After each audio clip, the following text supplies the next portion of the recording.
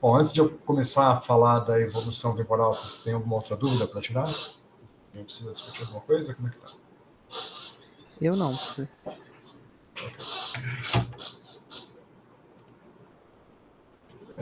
Certo. Ok, então antes de eu vou abrir o tablet aqui para apresentar alguma coisa para vocês.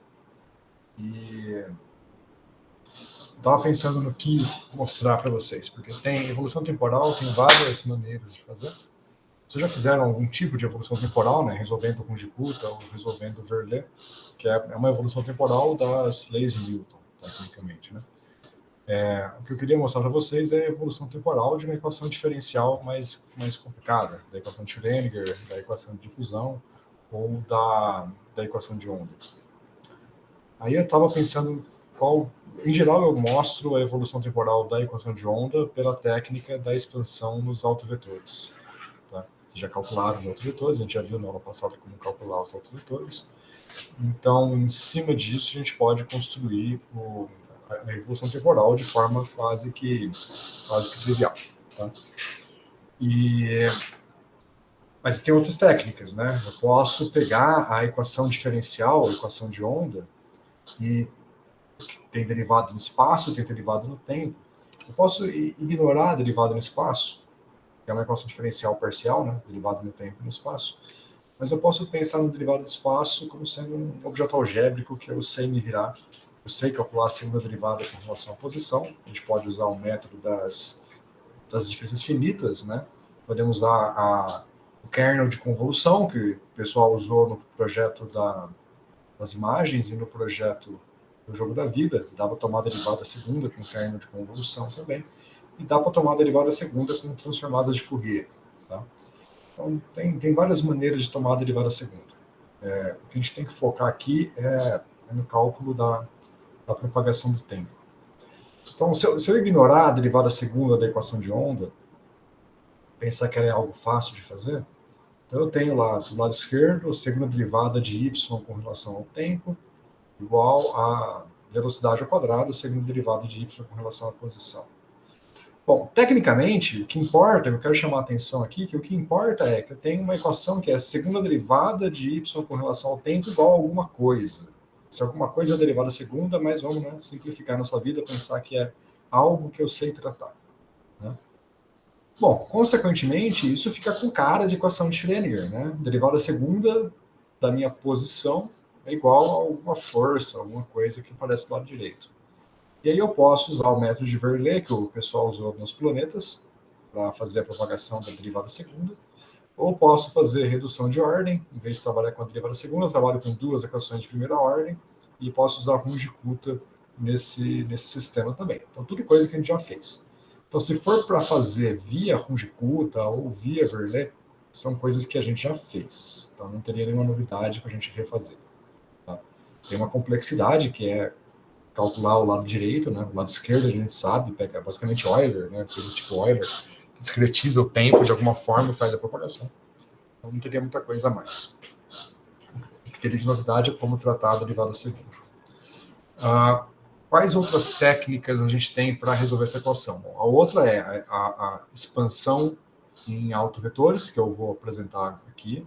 Tá? Então essa é um pouco diferente. Mas do ponto de vista numérico, ela é muito simples, porque a parte numérica mesmo, mais delicada, é calcular os autovetores, que a gente já viu na aula passada. Existem outras técnicas para calcular a evolução temporal da equação de onda, só que elas são muito mais complicadas. Aí dá um salto de complexidade que vai além de um curso introdutório. Essas eu não vou mostrar.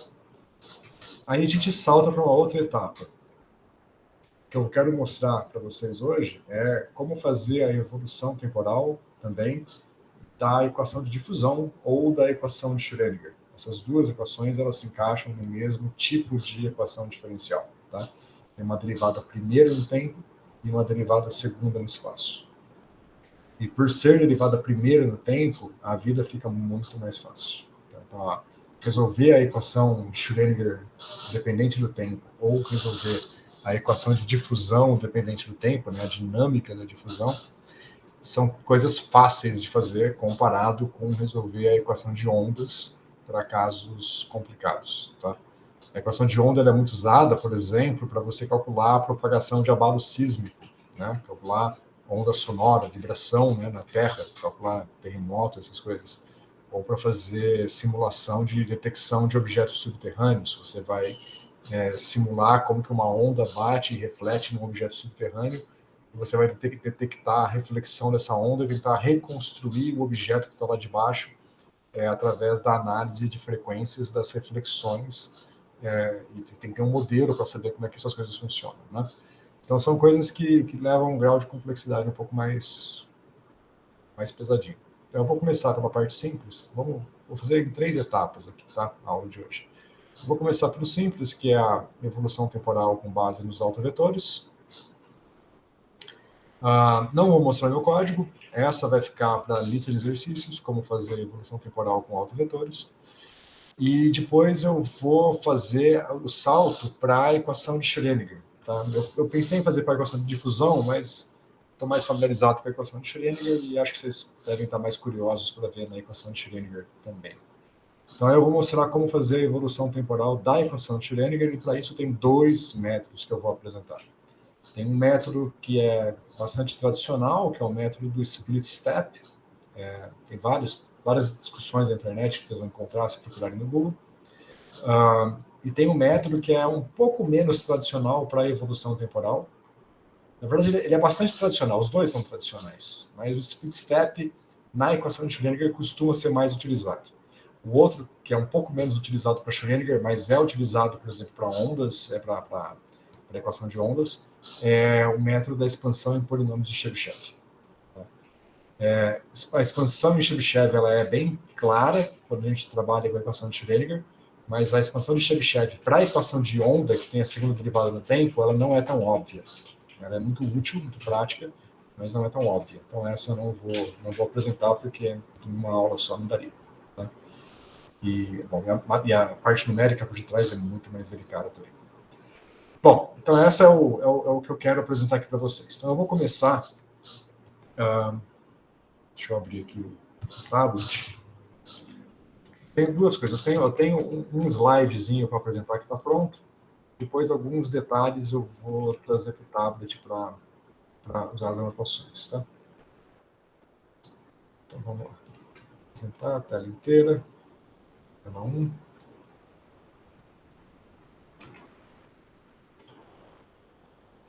Esse negócio para frente.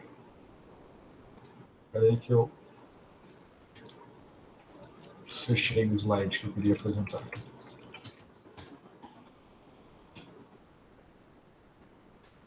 Bom, então aqui, a gente viu, esses são os mesmos slides da aula passada. A gente já tinha visto que a expansão em autovetores da equação de onda vai me dar os modos normais de vibração. A gente tem certas grandezas, né, que são os autovalores, que nos dão as frequências, e temos os modos normais. Lembrando que as frequências de vibração não são diretamente os autovalores, a gente teve que calcular elas a partir dos autovalores, tem basicamente a raiz quadrada dos autovalores, dividido pelo ΔX, aparece também a velocidade da onda multiplicando depois. Então, tem uma composição que a gente fez lá para calcular os autovalores, perdão. Isso vai dar na lista também para vocês revisarem, mas a gente já viu isso na aula passada. Agora, aqui, a parte mais explícita da evolução temporal. Boa parte do que está aqui a gente já discutiu na aula passada, mas se alguém precisar recapitular alguma coisa, me avisa, tá? Então, aqui a gente tem a equação de onda, derivada no tempo, derivada no espaço, e aqui a gente faz a transformada de Fourier do tempo para a frequência. E ficamos com aquela equação de autovalores que a gente trabalhou na aula passada. Então, eu deixo menos aqui por costume, então menos a derivada segunda com relação a x de y igual a alfa vezes y. Aqui o alfa está fazendo o papel dos autovalores, mas o alfa é a frequência sobre a velocidade da onda ao quadrado. Tá? Tipicamente, o que a gente quer é a frequência, não o alfa. Então, uma vez obtidos os autovalores, tem que depois inverter para obter a frequência. Né? Ok. Agora, aqui, eu estou escrevendo o seguinte, vamos pensar que eu tenho um operador, que é menos a derivada segunda, e todo operador tem uma representação em termos dos seus autovalores e autovetores. Tá? Então eu vou chamar de autovalores e autovetores deste operador o φn. φn de x são os autovetores, que aqui tá com uma cara de autofunção, né? Mas na parte do quando a gente representar numericamente a derivada segunda por aquela matriz de diagonal, esse φn, que é uma autofunção, vai virar um autovetor, que é basicamente a função discretizada na forma vetorial. E os autovalores, aqui os autovalores seriam o alfa, mas vamos pensar nos autovalores como as frequências, tá? Os ômega n's. Bom, então o ponto é que se eu posso fazer uma expansão da solução y de x e t na base dos autovetores. Vocês devem ter visto em álgebra linear que os autovetores de um operador, ou as autofunções de um operador, são uma base completa no espaço daquele operador. Né? Então, se é uma base completa, eu posso fazer uma expansão. Então, a cara da expansão é essa daqui. É uma somatória em coeficientes AN, que a princípio eu não conheço, coeficientes da combinação linear.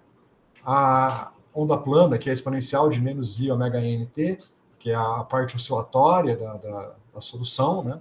Bom, aqui aparecem os autovalores, ômega n, e aqui o autovetor φn, que vai te dar a distribuição espacial de cada modo de vibração. Então, isso aqui está te dizendo, basicamente, que a solução geral da corda é uma combinação dos modos normais de vibração, cada um vibrando com a sua frequência característica. Novamente, Moisés, volume 2, é o livro mais importante da física. Essa expressão está lá, no Moisés, volume 2, tá? Na parte de oscilações e ondas, na parte das cordas. Tá? E esta equação, o importante de ver é que esta equação satisfaz a equação de onda. Para ser um bom ansatz, tem que satisfazer essa equação de onda. É fácil ver isso? Bom, a segunda derivada de y está aqui, né? Não vamos mexer na segunda derivada de y, ela é simplesmente a segunda derivada de y. Vamos olhar para a segunda derivada com relação ao tempo. A segunda derivada de y com relação ao tempo, ela vai ser, se você aplicar ela aqui, vai cair o ômega ao quadrado, né?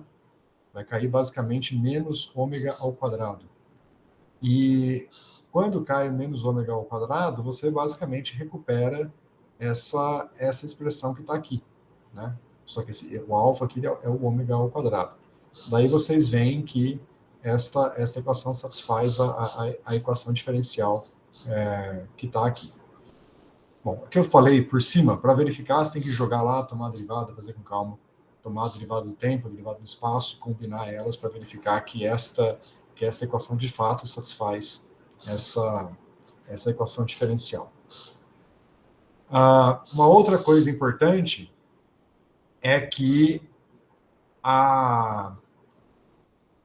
esse ansatz tem que satisfazer também a condição inicial, né? Para ser uma solução, a solução geral basta satisfazer a equação diferencial. Agora, a solução específica é aquela que satisfaz a equação diferencial e também satisfaz as condições iniciais. Como a gente tem aqui uma equação diferencial de segunda ordem, a gente precisa de duas condições iniciais. Né? As condições iniciais vão ser o formato da corda em t igual a zero, ou seja, y de x zero, eu vou chamar de y0x, tá? E eu preciso da velocidade de cada ponto da corda, se está subindo ou descendo, no instante inicial. Por simplicidade, eu vou considerar que a velocidade inicial é zero, tá? De todos os pontos. Se eu fizer isso, eu posso simplesmente obter esses coeficientes AN usando a ortogonalidade dos autovetores. Novamente, isso aqui é uma equação de Sturm e Liouville, né? Então, os autovetores, eles são naturalmente ortogonais uns aos outros, então eu posso usar a ortogonalidade deles e escrever o coeficiente da expansão AN como a integral do autovetor φn multiplicado pela condição inicial y0. Isso vai me dar os coeficientes da expansão. Ok, então aqui tem um pouco de física 2, um pouco de álgebra linear, um pouco de física matemática. Talvez vocês precisem rever algumas coisas para capturar um pouco mais os detalhes, mas compreendem conceitualmente tudo que está aqui? Alguma dúvida mais delicada? Sim, deu para entender, professor. Ok. Beleza. Tá, a única coisa que eu fiz meio por cima aqui é mostrar que essa equação aqui satisfaz, que é um bom lance para satisfazer essa daqui. Essa aqui depois eu deixo para vocês olharem com calma, mas não é muito difícil de fazer a demonstração, não, tá? Ok.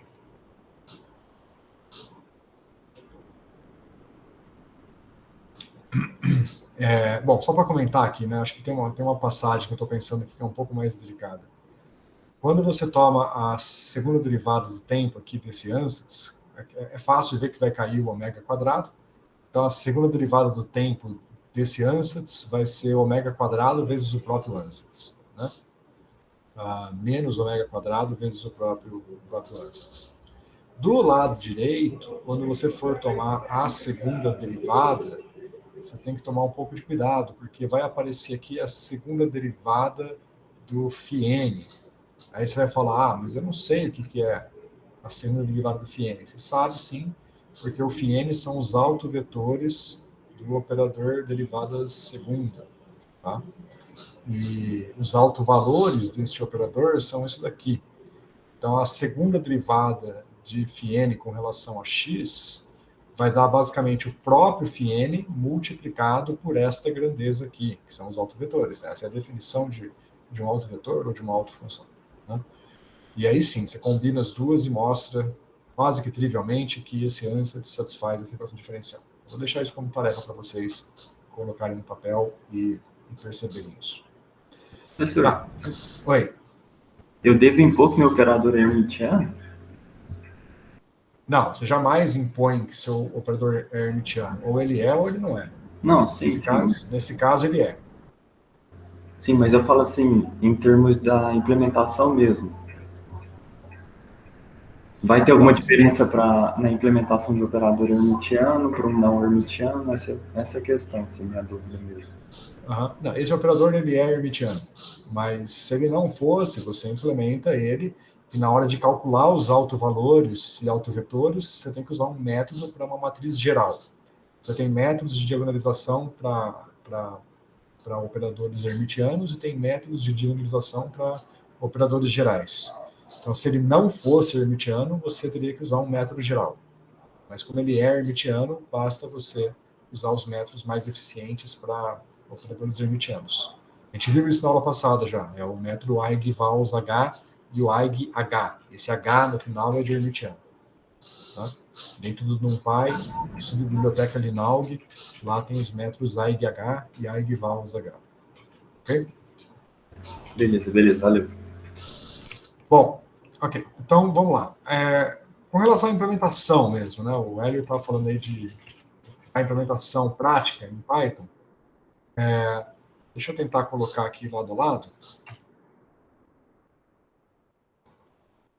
Dá para ler assim, né? Espero. Okay. Só para chamar a atenção aqui. Então, veja.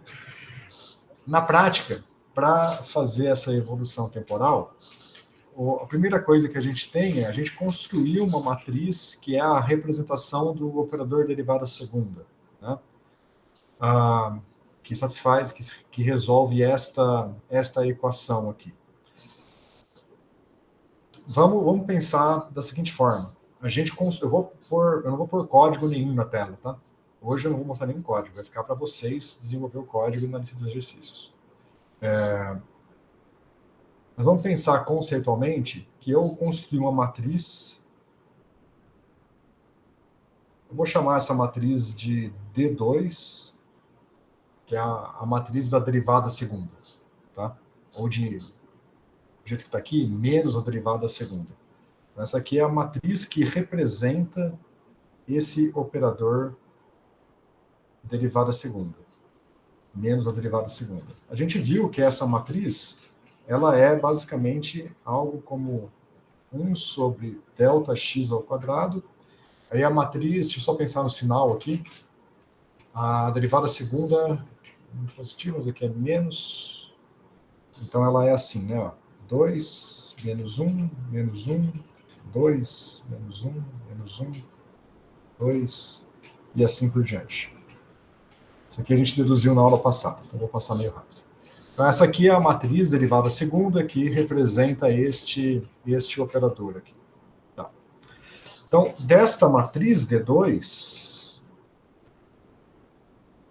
vão sair, você vai calcular, né? Usando o EIGH, você vai calcular os autovalores. Lembrando que os autovalores vão ser os alfas, se eu calcular assim. Não é o alfa que interessa, é o ômega. Mas eu vou fazer um atalho aqui, eu vou me referir sempre ao ômega. Mas vocês têm que fazer essa transcrição no código, tá? Então, eu vou ter os autovalores ômega n, que a gente já calculou, e vamos ter os autovetores.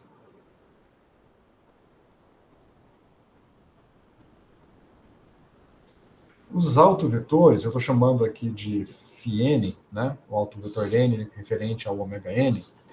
Quando você pede para o EIGH resolver, esses autovetores eles se tornam como uma matriz de autovetores.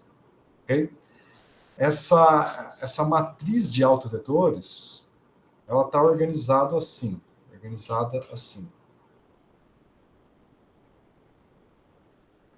Estou mostrando isso porque eu quero dar umas dicas da implementação e eu preciso mostrar isso para estabelecer essas dicas, tá? Então, a matriz de autovetores, eu vou chamar ela de V, ok? Nome razoável. Ela é assim, é uma matriz em que a primeira coluna é o φ0. Desenhar assim, ó. Isso aqui é a minha representação, que nesta coluna tem o φ0. Na segunda coluna tem o φ1. Na terceira coluna tem o φ2 e assim por diante. Até o φn-1. Tá? Bom, vou pôr o final aqui. Deixar assim, ficar mais curtinho. Certo? Então eu tenho cada coluna dessa matriz V reflete o autovetor associado ao ômega n. Então, só para lembrar, o φn, então ele, em termos de notação do Python, ele seria o V, todas as linhas da coluna n. Tá? Lembrar aí da notação do Python. Os autovetores estão organizados em colunas. Estou insistindo nisso porque vai ser importante. Ok? Bom. Ok. Dito isso, eu quero agora pensar nisso daqui. Ó. Eu quero construir esta solução, que é a evolução temporal. Só que para construir, beleza, os φn's eu já tenho, conheço, eles estão aqui, é cada coluna aqui da minha matriz de autovetores. As frequências eu já sei, já são os meus ômega n's, que eu calculei a partir dos alfa n's. E o que falta é o AN, que eu tenho que calcular desta forma. Para calcular este AN, aqui tem um DAGA, né? Dagger, que é o transposto conjugado, para ser formalmente correto. Mas talvez não precisasse disso na notação de funções, não seria necessário. Mas aqui vai ser útil para a gente. Então, eu quero calcular os ANs que são dados por esta fórmula aqui. Só que aqui está na fórmula contínua, né? Onde o meu x é uma variável contínua, mas na prática eu vou trabalhar com variáveis discretas, então essa integral vira uma soma. Então, eu posso pegar esse AN e pensar nele como sendo uma somatória. Eu vou usar a letra J para diferenciar do N, né? Uma somatória de φn J, onde esse J seriam as linhas aqui desse cara, né? Que as linhas desse autovetor, né? Seriam as coordenadas x discretizadas. Então eu troco o x aqui por J, que está referindo ao primeiro índice de cada V aqui, vezes o meu Y0. E esse Y0 eu tenho que entender que é um vetor que também depende de J. Então é isso. A minha integração virou este objeto aqui. Tá. Aqui tem um DAGA, tecnicamente, mas não precisa. Essa notação não precisa. O que eu quero chamar a atenção aqui é que eu posso tentar reescrever isso daqui usando a própria matriz V. Como que eu faço isso? Bom, eu não quero... Aqui eu estou pensando num certo AN específico. Eu talvez não queira pensar num AN específico. Eu quero pensar... Porque eu tenho o AN0, o A1, o A2, o A3, são os vários coeficientes que vão entrar aqui, né? Então vamos pegar esse AN e vamos converter num Azão, vou chamar de A maiúsculo, que é basicamente um vetor com o A0, A1, A2, até o final. E será que eu consigo escrever isso como um produto desta matriz V vezes este vetor Y?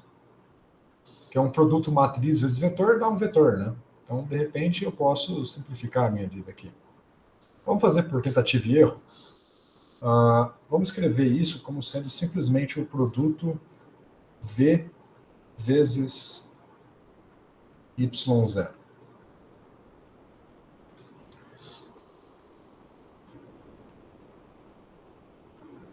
Vamos ver se dá certo. Eu acho que vai dar errado, se não me engano. Se eu estou fazendo certo, a primeira tentativa é para dar errado. Como é que a gente verifica se isso aqui está certo? Bom, isso aqui, se estiver correto, esse produto tem que reproduzir esta equação aqui em cima. Para isso, eu tenho que pegar deste produto matricial, lembrar uma matriz vezes um vetor, né? Então, eu tenho que pegar esse produto aqui e pegar a linha N desse produto, né? Então, vamos olhar para cá e deste objeto aqui, vamos pegar a linha N. Então, eu quero calcular o V vezes Y0, mas deste produto eu quero pegar a linha N. Vocês sabem escrever um produto de matriz vezes vetor na forma de somatória? É a linha da matriz vezes as colunas do vetor, né? Produto de matriz ou matriz vetor é sempre assim, né? Linha do objeto da esquerda vezes colunas do objeto da direita, certo?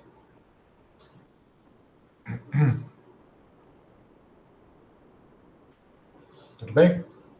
Então, Sim. este objeto aqui ficaria soma em J, V,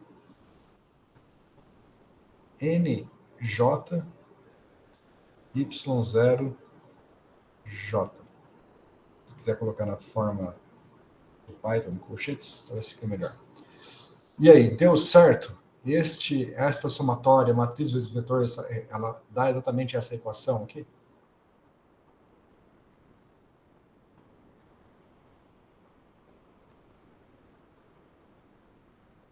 Não. Não, porque não vai pegar todas as colunas, é só a J do V.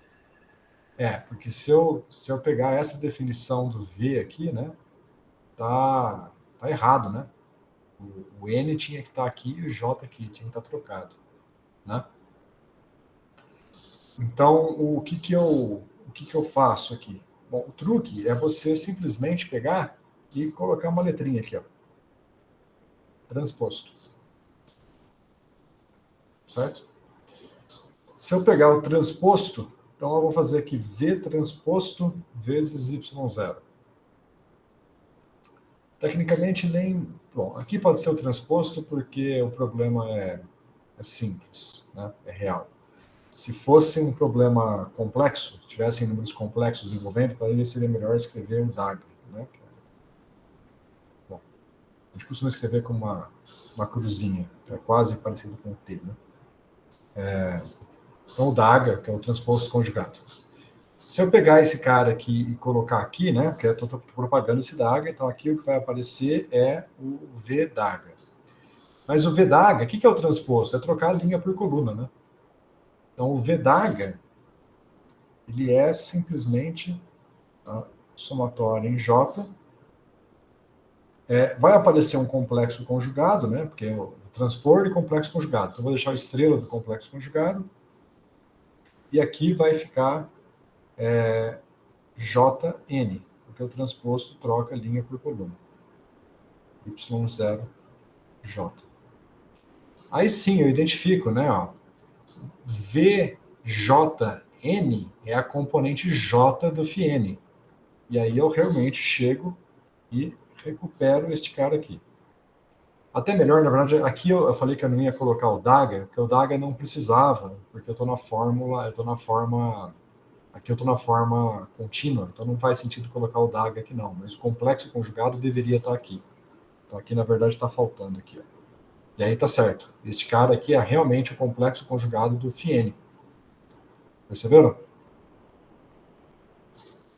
Isso implica que tá um pouco escondido aqui, mas está aqui a minha fórmula, né? Os coeficientes AN, né, realmente satisfazem essa equação. Só vou simplificar aqui para ficar mais compacto.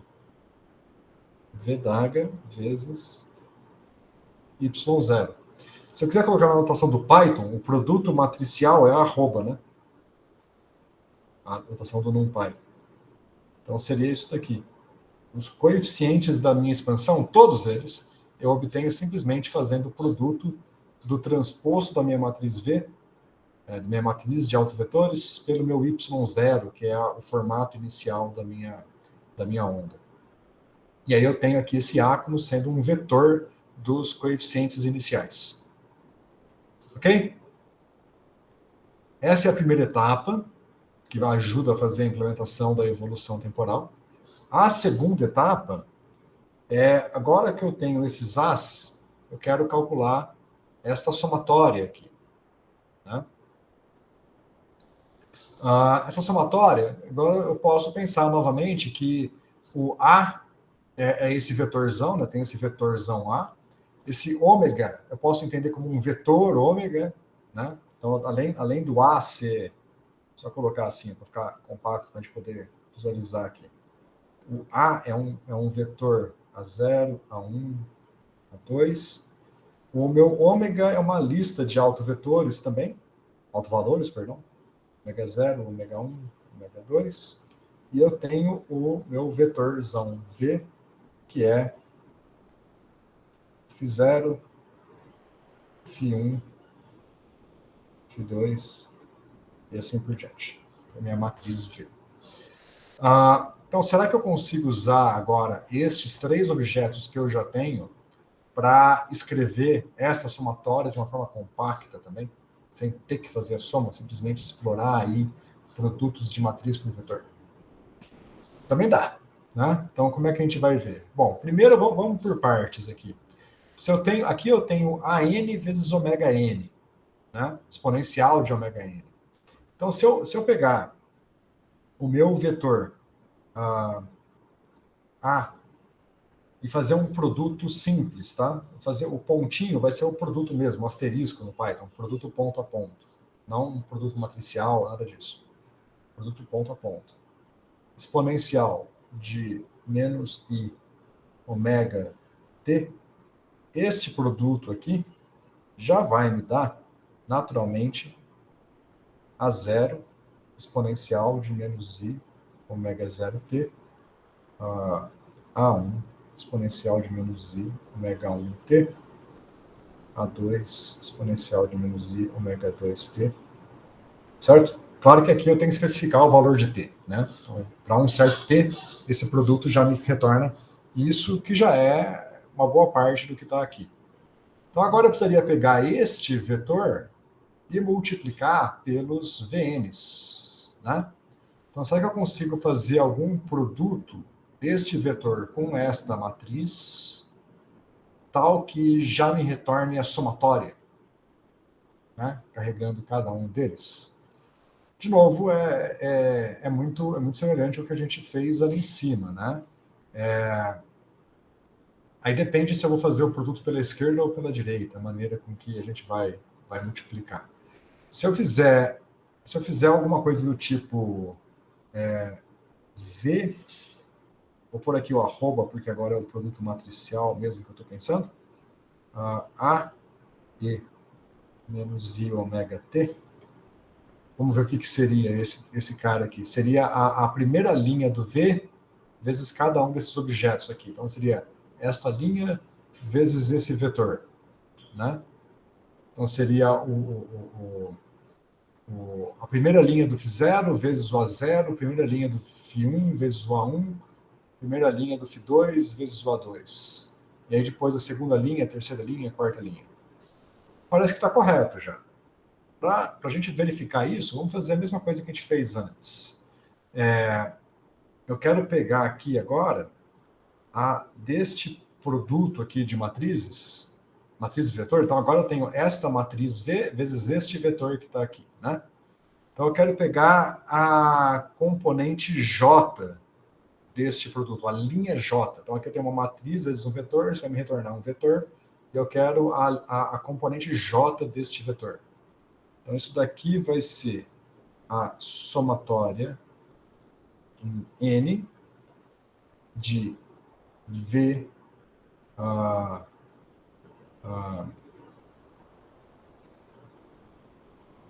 VJN, para colocar aqui na aplicação do Python, vezes a N exponencial de menos I ômega NT. E a gente viu que este cara aqui nada mais é do que o φ N de J, que só reordenar as coisas aqui, é exatamente o que eu tenho aqui. Sacaram? Aqui já deu certo de cara, né? Já fiz o caso certo de cara. Então, este objeto aqui, né, esta somatória, já me dá de cara o Y de J e T. Lembrando que o J aqui é uma representação das coordenadas discretas, XJ, né? Se quiser deixar um pouco melhor, é o X, J e T. Sacaram? Sim, eu tô entendendo. Então, são dois truquezinhos simples. Dado que vocês já sabem calcular os autovalores, ômega n, e a matriz de autovetores, que é o que o comando AIGH retorna, tendo esses dois objetos, a construção, você tem que escolher quem é o seu y0, né? Você tem que definir um vetor inicial para o formato da onda, e aí calcular os coeficientes é só esse comando, e calcular a evolução temporal é só esse comando.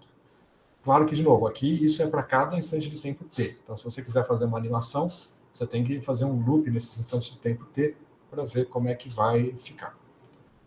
Eu vou mostrar aqui para vocês como que vai ficar. Então, eu fiz um caso aqui. Vou mostrar só a animação. Então, esse aqui é o formato inicial da minha onda, que, para variar, é uma gaussiana. Né? Deixa eu ver se eu abro o Moisés volume 2.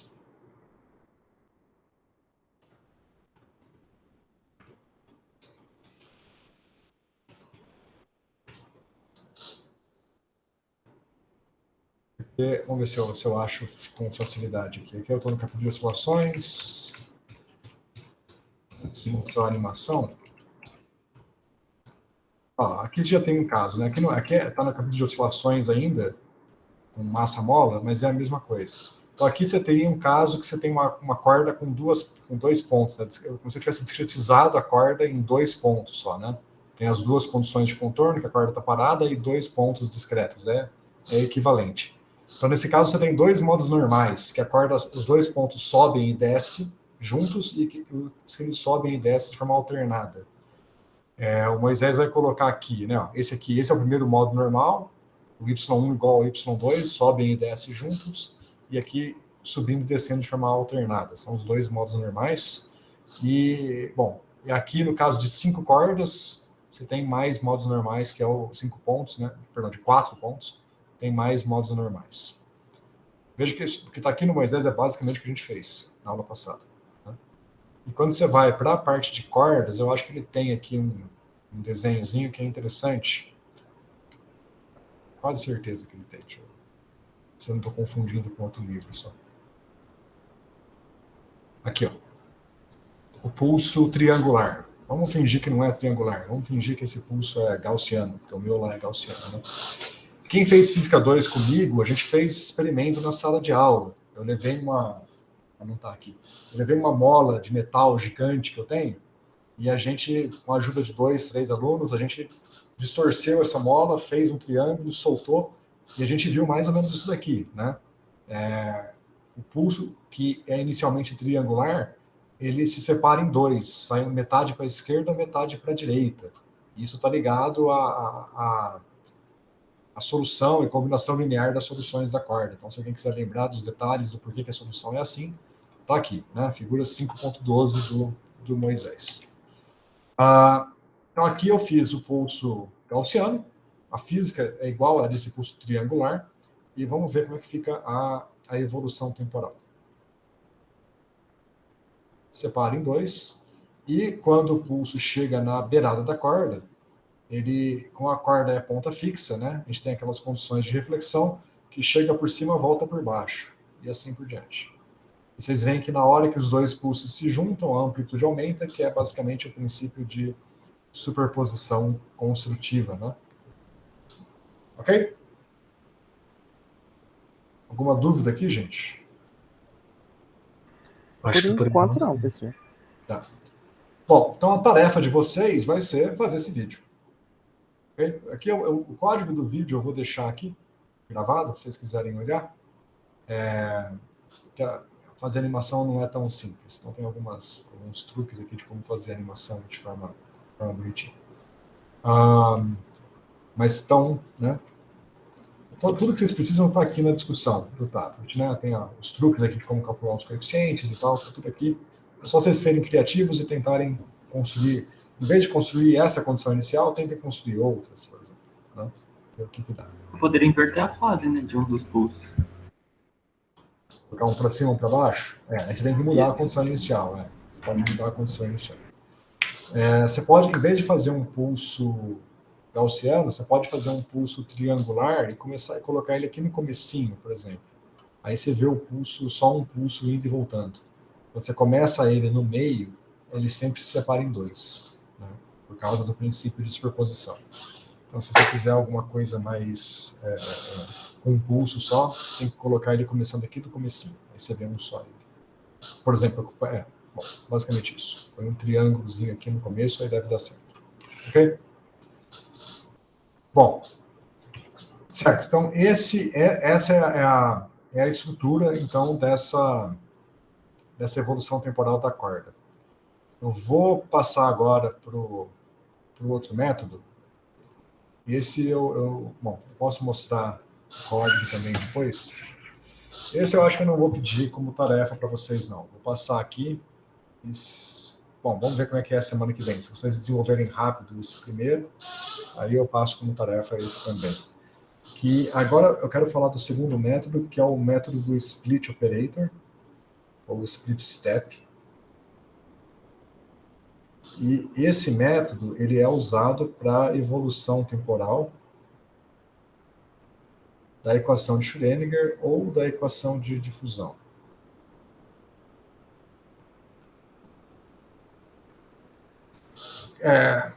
Eu não sei se todo mundo aqui já está familiarizado com a equação de Schrödinger nas iniciações científicas. Alguém nunca viu nada de quântica?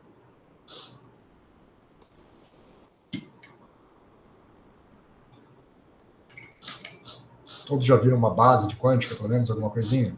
Moderna ou na EC? Tudo bem? Sim. Ok. Então, a equação de Schrödinger dependente do tempo, ela é assim, né? IH barra, TDT, da função de onda. Eu vou pensar no caso unidimensional, então ela depende de x do tempo só. E aqui aparece o H psi, e esse hamiltoniano eu vou pensar numa partícula livre, tá? No caso, Não, perdão, partícula livre mais um potencial.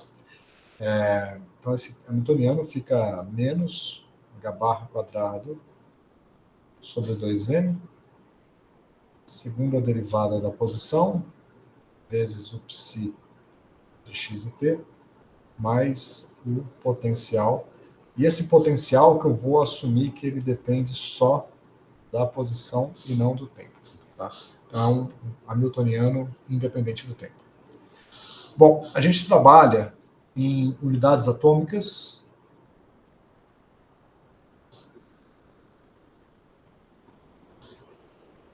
Nas unidades atômicas, a regra mnemônica é que o h barra e a massa são 1.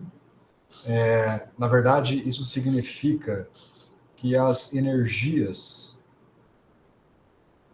são dadas em unidades de Hartree,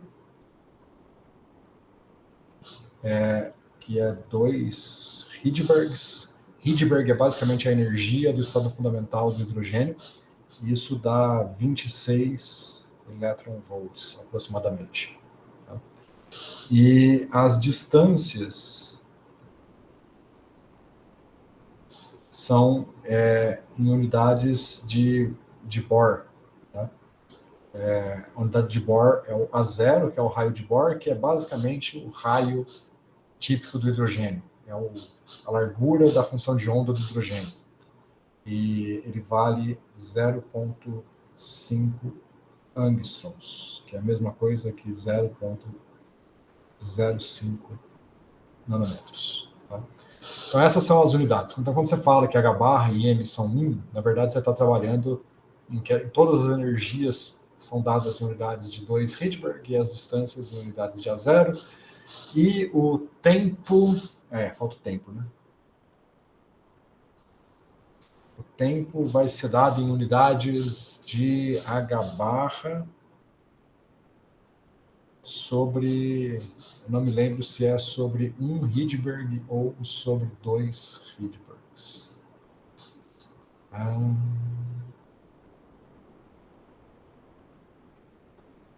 Eu acho que é 2 Rydbergs.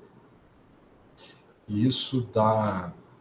O H barra é 0,6 milieletronvolts picosegundos. 2 Rydbergs é 26 vezes 10 ao cubo milieletronvolts.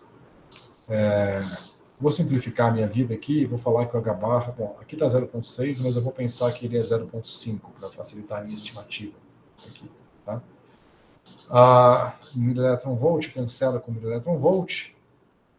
Então dá quanto aí?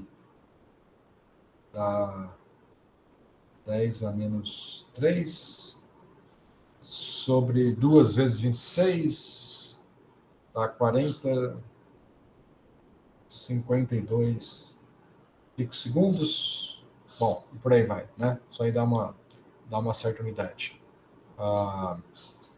1 sobre 52, bom, tudo bem, vou deixar aí. Então é uma unidade mais bizarrinha, né? Mas essas são as unidades que aparecem quando você trabalha em unidades atômicas. Não precisa se preocupar com isso, não. Só queria que vocês conhecessem, soubessem o que significa unidades atômicas, que é bem comum de aparecer nos artigos de quântica. Nessas unidades, a equação de Schrödinger ela fica mais bonitinha.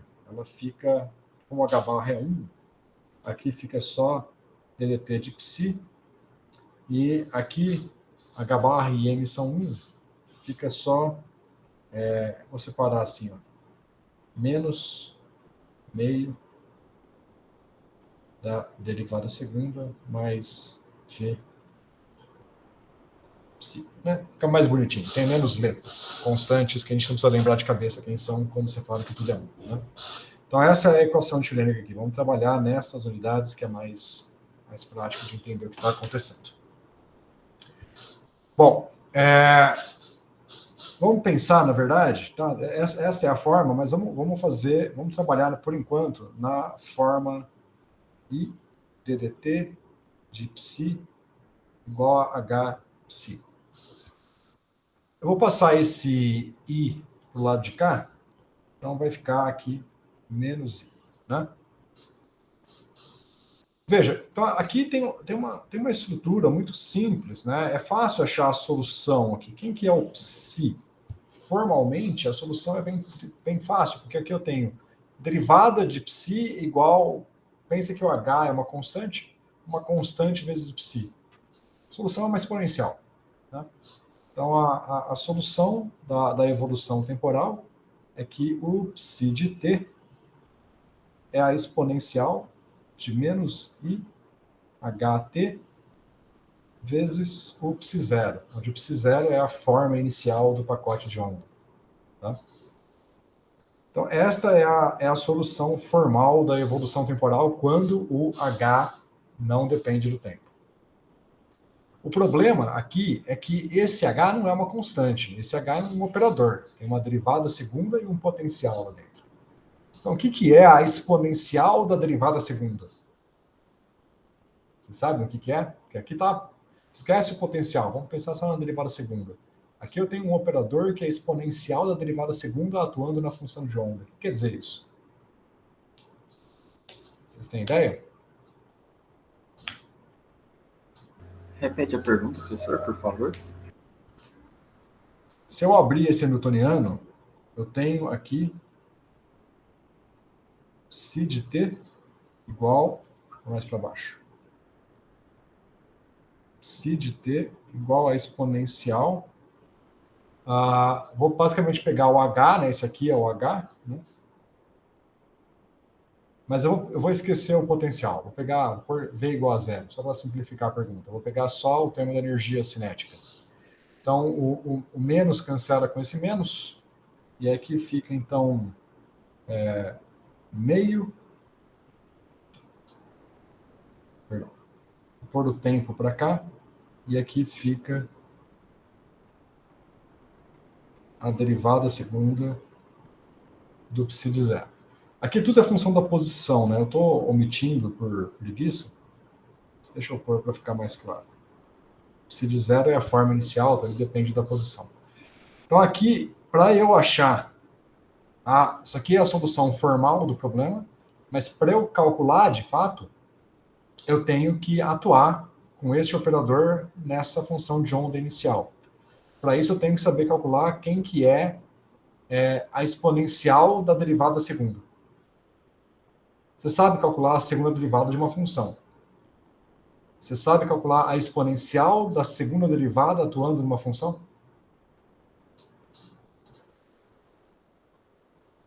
Eu nunca fiz isso, não, como eu lembro, pelo menos. Eu também não tenho nem ideia disso. Pois é. A maneira com que você faz isso é usando o fato de que a exponencial tem uma série de Taylor. Então você faz a expansão em série de Taylor.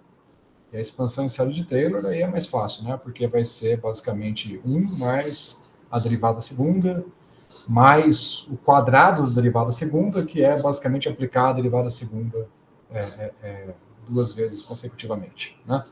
E por aí vai. Aí você tem a expansão em série de Taylor, e aí na expansão em série de Taylor, essa brincadeira tem um significado mais bem definido. Mas a gente não vai fazer isso, tá? Isso é só para vocês entenderem que a exponencial de qualquer operador, aqui no caso é o operador de derivada segunda, mas a exponencial de qualquer operador é definida pela expansão em série de Taylor da exponencial. Tá? Então, aqui seria basicamente a exponencial de menos i ht, seria basicamente 1 menos i ht.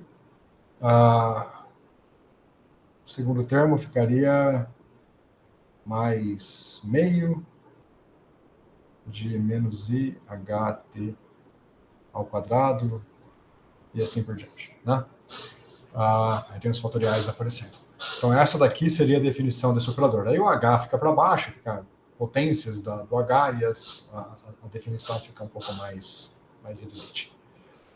Agora, o método do split operator, ele é mais interessante pelo seguinte.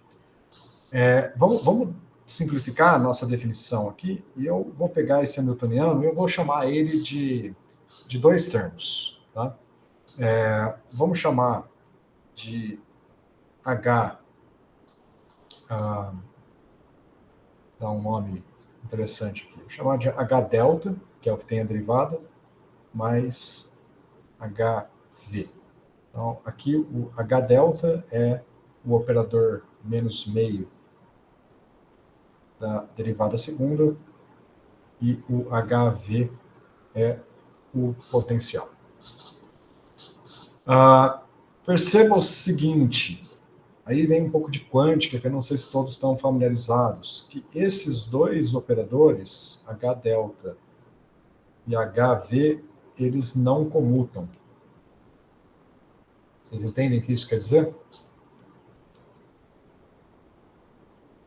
Significa que eles não possuem uma base comum. Não possuem uma base comum, mas vocês percebem que esses dois operadores não comutam, de fato?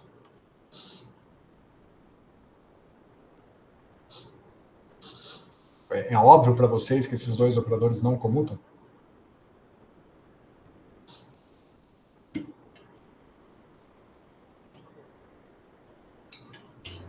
Não precisaria especificar o potencial, não? Não. Então, sinceramente, não tá tão óbvio. Porque você pegar a derivada segunda do potencial vai dar zero. A hora que você abrir o computador. Não vai dar zero. Mas Então, vai por isso que eu dar... falei de especificar o potencial. Não, mas você Não. não precisa, porque ele só depende de x de qualquer forma. O fato é que ele depende de x, só isso. Então, se você faz o produto, então lembra que o computador você sempre faz assim, né? H delta HV atuando na função de onda.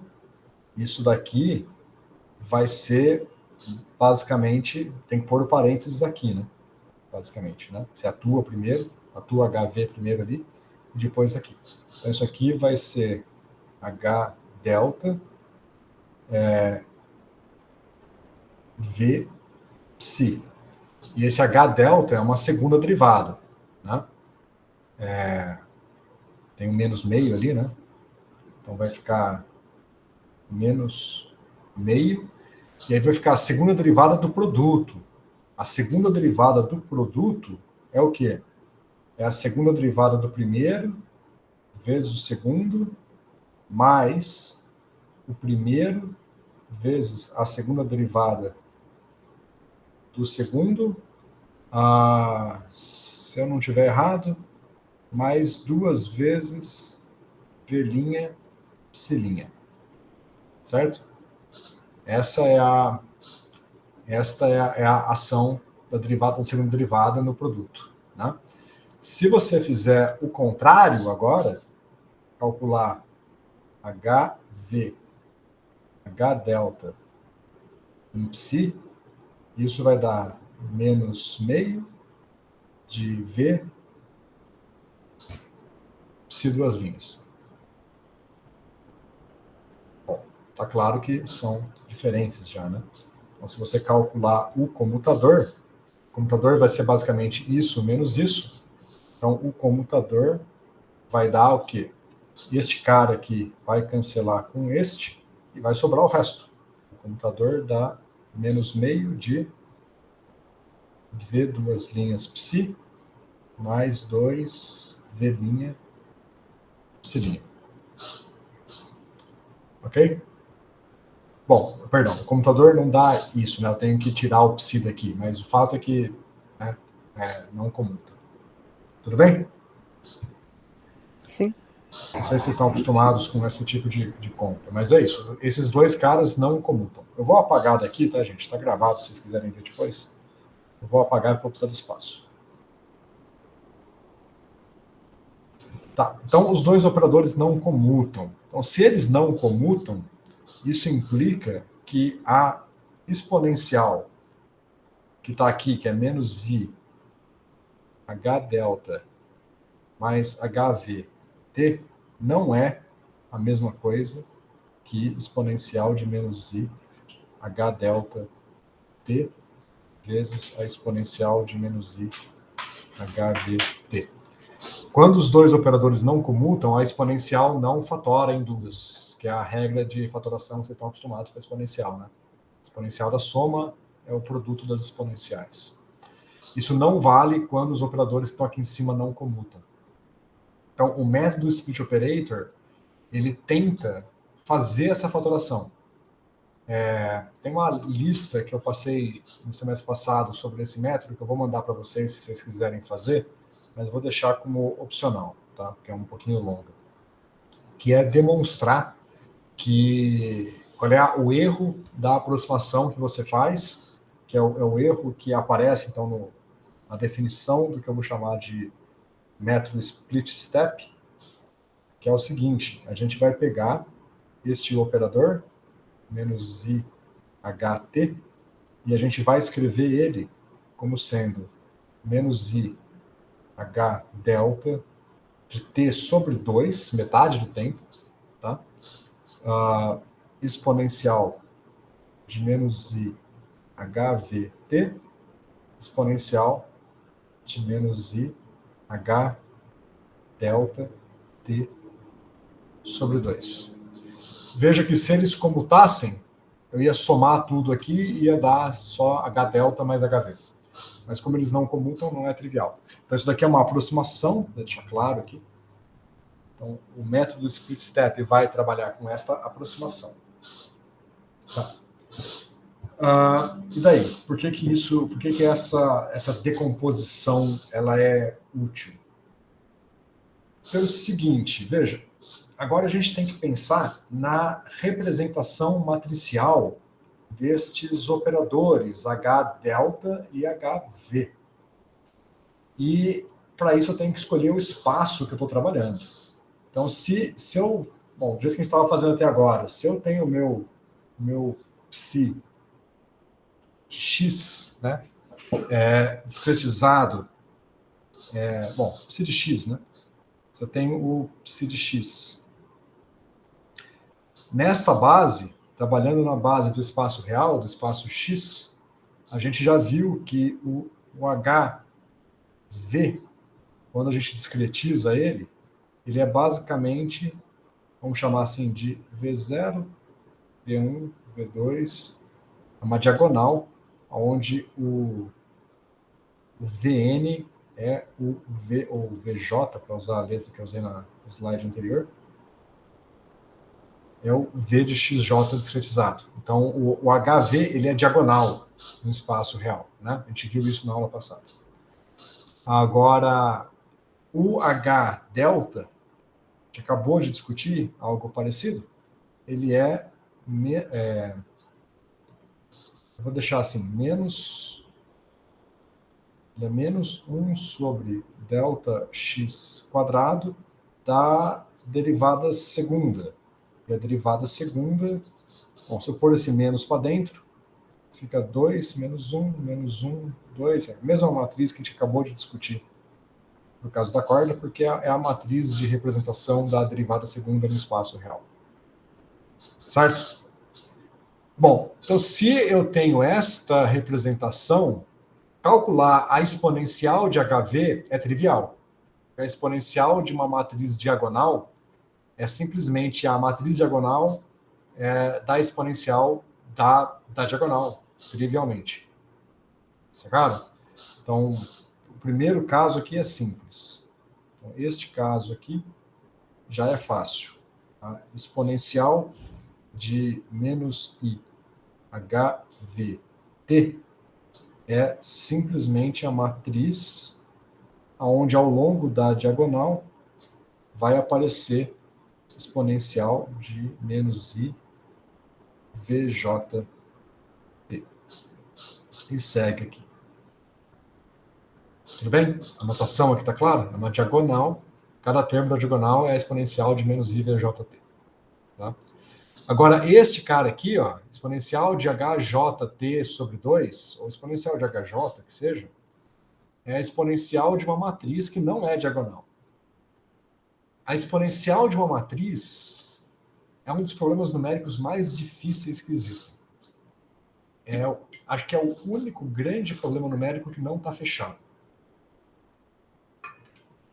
Não existe um método eficiente, preciso, confiável para calcular a exponencial da matriz. Existem vários métodos. Pegar no NumPy, o NumPy faz o cálculo da exponencial da matriz, mas nenhum cientista da computação vai pôr a mão no fogo por nenhum método, falar que ele sempre vale.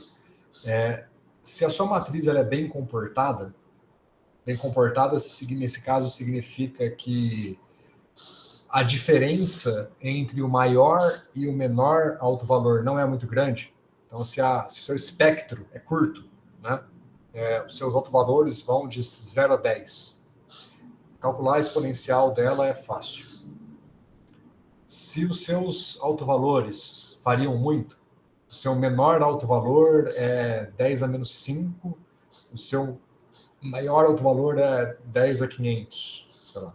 Tem uma diferença de intensidade entre os autovalores muito grande, não existe método numérico eficiente para calcular a exponencial da matriz. Ou vai falhar nos autovalores pequenos, ou vai falhar nos autovalores grandes. Tá? Na verdade, perto de zero não. Vai ser muito negativo e muito positivo. Zero não é tanto problema. Mas se os seus autovalores são muito negativos e muito positivos, menos 10 mil e mais 10 mil, um espectro gigantesco, vai falhar, ou vai ter falha de precisão por overflow, ou vai ter falha de precisão por underflow, porque a representação numérica não vai ser possível garantir a representação numérica de todos os autovalores ao mesmo tempo. Então, quando você tem esse tipo de situação, você tem que trabalhar com métodos que calculem os autovalores e você tem que trabalhar com problemas que só precisem de poucos autovalores, só dos mais baixos, ou só dos mais altos, ou só de uma faixa de autovalores. Mas você jamais vai conseguir calcular com precisão todos eles. Tá? Professor, Oi. Justamente por isso, no restringe ou inviabiliza o split step? Não, o split step ele é muito bom, e ele exatamente é um método para evitar esse tipo de coisa. Então, só estou dizendo que, primeiro, se eu tentasse calcular a exponencial dessa matriz aqui, ela é um problema difícil. Agora, o que a gente vai fazer, a gente não vai calcular a exponencial da matriz. Então, o próximo passo é o truque. Tá? Então, tá, entendi. Então, aqui fechou, esse é o primeiro ponto. Então, esse fechou. Esse cara eu já sei calcular. Tá? Agora, a sacada aqui é a seguinte. Ao invés de trabalhar no espaço X, eu posso trabalhar no espaço K, no espaço de Fourier. Então, se eu definir o psi de K, vou pôr um tio aqui para diferenciar, como sendo a transformada de Fourier do psi de X, lembra da propriedade da transformada de Fourier? A derivada segunda, a transformada de Fourier da derivada segunda é menos K quadrado vezes psiK, certo? Lembram?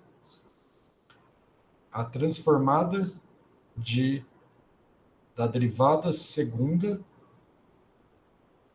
de psi de x é menos K quadrado psi tio de K. Né? E esse K deixa de ser um operador. Então, eu tenho aqui a transformada de um operador, me retorna um número. O K é um número. Né? Então, aqui a brincadeira fica muito mais fácil, que se eu trabalhar agora no espaço K, né? Perdão, a exponencial de menos I H delta T sobre 2 atuando em psi tio de K vira um caso trivial. Porque agora, no espaço K, o H delta, vamos chamar de H delta tio, porque eu estou no espaço K, o H delta tio, ele é meio de K quadrado. E esse K é discreto também, né? Porque você tem lá o FFT FREC que te retorna os Ks. Então, você pode imaginar que isso daqui é, na verdade, meio de uma matriz K0, K1, K2, olha só. A matriz fica diagonal no espaço K. A derivada segunda, que é uma matriz tridiagonal no espaço real, é uma matriz diagonal no espaço K. E agora, essa brincadeira fica trivial, porque a exponencial de menos i h til delta t sobre 2, ela é uma matriz onde ela é diagonal e os elementos são menos i, tem o meio que aparece aqui e o meio que aparece aqui, então vai ficar k quadrado sobre 4, vamos chamar de kj ao quadrado sobre 4, t. E segue diagonal. Devia ter trocado de cor, esqueci. Então agora eu tenho isso daqui. Então é uma exponencial trivial, assim como essa.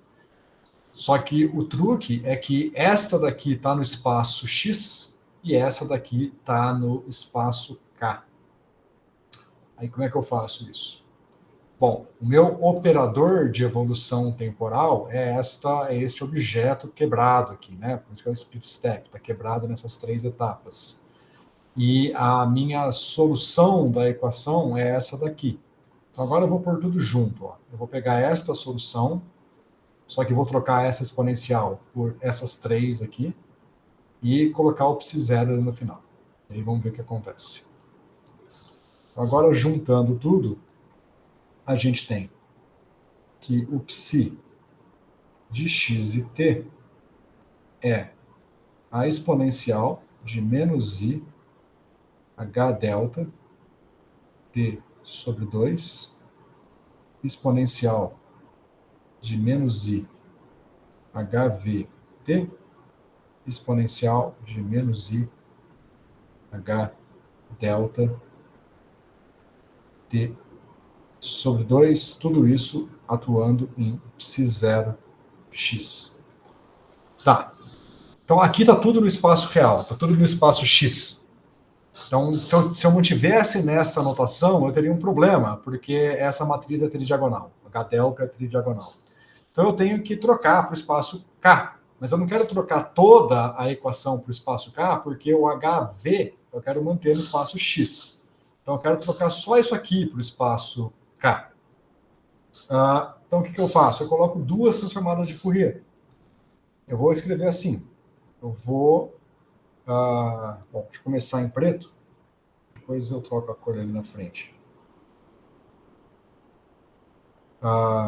Bom, deixa eu colocar assim. Ó. Eu vou pegar este objeto que está aqui e eu vou escrever ele em termos da transformada de Fourier. Então, este cara aqui, exponencial de menos i hj t sobre 2 atuando em psi0 de x, vai ser a transformada de Fourier inversa. A inversa leva de k para x, né? Da exponencial de menos i hj não, né? H delta. H delta til de t sobre 2 vezes o psi til 0 de k. E o psi til 0 de k, né, é a transformada de Fourier do psi til, né, do psi. Então, se quiser escrever aqui, eu posso pôr assim. A transformada de Fourier do psi 0 de x. Certo? Então, veja, eu tinha o psi de x no espaço real, eu não sabia atuar essa exponencial nele, era algo complicado. Então, eu joguei ele para o espaço k. No espaço k, essa exponencial é simplesmente a matriz diagonal, k quadrado. Aqui, só errei aqui, hein? Aqui é k quadrado. Então, no espaço K, essa matriz é uma matriz diagonal, trivial. Então, este cara eu sei atuar no F til de K. Uma vez computado no espaço K, eu aplico a inversa para voltar para o espaço real. E aí eu tenho este objeto de volta no espaço real. Certo? Como eu voltei para o espaço real, eu posso pegar esta exponencial no espaço real, que ela é diagonal, e continuar aplicando aqui. E quando eu chego aqui, eu tenho que de novo ir para o espaço K. Então, a minha evolução temporal completa, o pessoal gosta de escrever assim. Eu não gosto muito, mas eu vou escrever igual todo mundo escreve. E aí depois eu escrevo em etapas, que fica mais claro. Então, este cara aqui vai ser a transformada de Fourier inversa.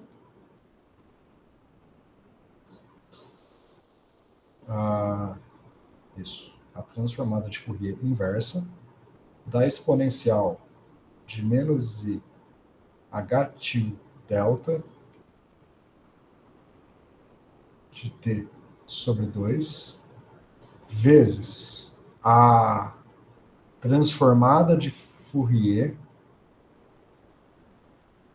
da exponencial de menos i hv t vezes a transformada de Fourier inversa. Só fazer com calma para não escrever errado. Agora é esse cara aqui. De menos i h tilde delta de t sobre 2 vezes a transformada de Fourier de psi0 de x. Aí fecha uma transformada de Fourier, duas transformadas de Fourier, três transformadas de Fourier, quatro transformadas de Fourier. E esse é o split operator. Maluco, né? Agora, veja que eu tenho uma transformada direta, uma inversa, uma direta, uma inversa. Então, eu tenho dois pares de transformadas direta e dois pares de transformada inversa. A gente discutiu bastante transformada de Fourier. Se eu tenho dois pares da direta, dois pares da inversa, eu não estou nem aí para a norma e para a fase. Lembra aquele lance da norma e da fase? Eu só me preocupo com elas se eu quero fazer o gráfico no espaço K. Aqui, como eu sempre vou e volto duas vezes, a norma e a fase não são relevantes. Ok?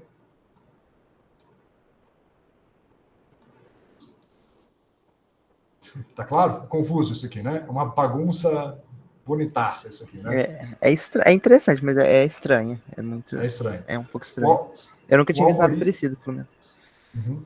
O algoritmo, eu posso desenhar esse algoritmo de uma forma mais clara, que é assim: você começa um psi0 de x, então temos isso, aí você vai calcular, vamos chamar de φ de k, a transformada de Fourier do psi0 de x. Ok? Ou vamos fazer assim, vou pôr umas letrinhas aqui. Vamos chamar de A de K, para referenciar a etapa A, é a transformada de Fourier do F, da transformada do psi0, que é este cara aqui. Agora você vai computar o B de K. O B de K vai ser, eu já tenho isso daqui, agora eu vou atuar com este cara aqui. Então vai ser a exponencial de menos i h tilde delta t sobre 2 atuando no A de K. Só quebrando em etapas. Então, o B de K é como se fosse este objeto aqui. Aí eu vou calcular o C de K, que vai ser a inversa dele. Então, o C de K não, né? O C de X vai ser a transformada inversa do B de K. Então, C de K é a transformada inversa desse cara, então foi essa inversa agora. Agora eu vou multiplicar por este cara aqui. Então, próxima etapa, eu vou definir o D. Ó, vamos pôr um tio nas grandezas que dependem de K, né? Para ficar mais claro. Então, agora eu vou calcular aqui o d de x, que vai ser a exponencial de menos i HVT atuando no c de x. Tá, então o d de x seria este cara. Agora eu vou calcular o... Deixa eu mudar a letra aqui, ó. Como esse aqui é o b de k, vamos chamar esse cara de b de x, né? Porque é a transformada do b. Então aqui é b, na verdade. E vamos chamar esse cara aqui de c. Vou não ficar gastando letra demais, senão fica confuso, né? Então, agora que eu tenho o c de x, eu vou calcular o c de k como sendo a transformada do c de x.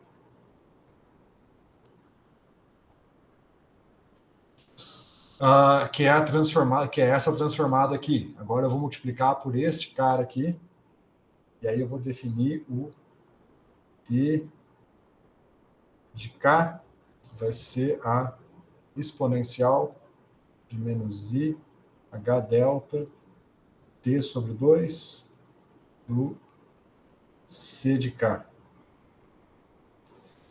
Então agora eu tenho este cara atuando em tudo. E agora falta só calcular a inversa.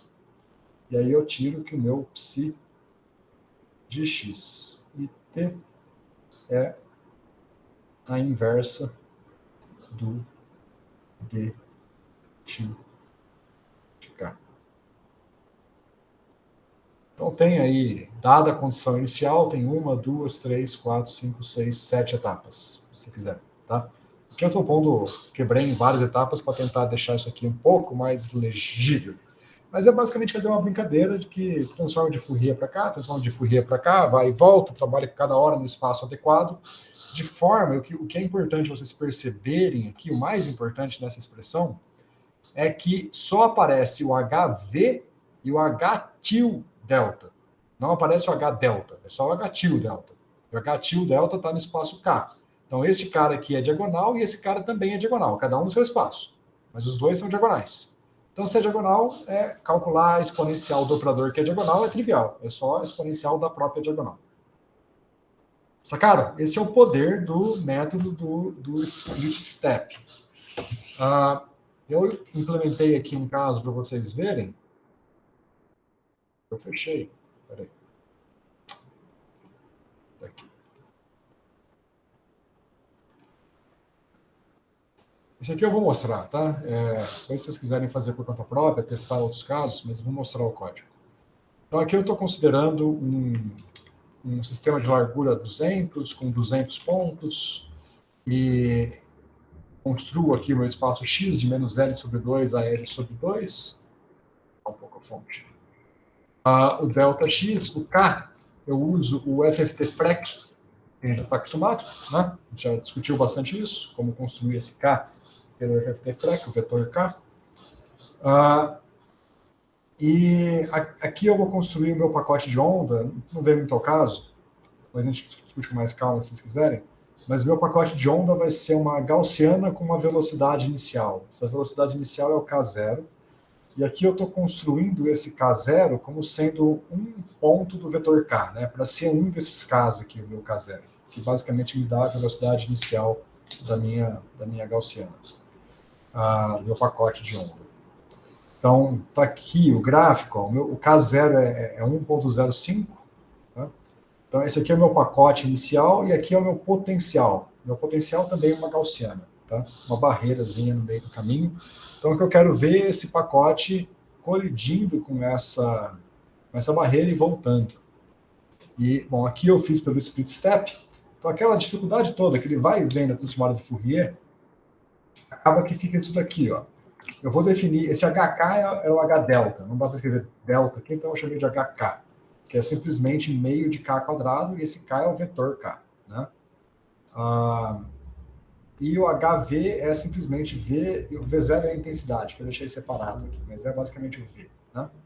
Então tá aqui, ó, os operadores, eu chamei de UK e UX, as duas exponenciais que a gente acabou de ver.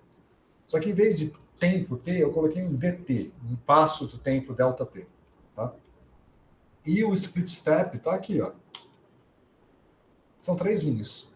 Aquela bagunça toda são 3 linhas. Eu basicamente eu pego o P que está no espaço. Ah, que eu inverti, perdão, gente. Eu fiz o contrário. Tem 2 opções de implementação. Eu acabei mostrando para vocês a mais complicada. Eu esqueci de inverter aqui na brincadeira. Porque aqui eu fiz H delta, HV e H delta. Eu posso fazer o oposto, que dá na mesma. Poderia ter feito HV, H delta, HV. E aí aparecem menos transformadas de Fourier se você faz nessa ordem. Besteira minha, esqueci de inverter. Tá? Eu tinha pensado nisso na hora de preparar a aula, acabei esquecendo. Então, invertendo fica só 2 transformadas. Em vez de 4 transformadas, invertendo ficam só 2. Então, eu tenho aqui o P, que é a minha função de onda inicial, multiplico pelo X, está uma transformada. Tenho o meu novo P, que está agora no espaço K. Gerson, Oi. por que quando eu inverto o número de transformadas diminui? Porque eu já começo no espaço X. Né? Deixa eu refazer aqui, ó. Eu não vou refazer esses balões aqui embaixo, não, tá? Esses balões vocês refazem depois por conta própria, se quiserem. A ideia eu já passei aqui. Eu vou só refazer essa parte aqui de cima.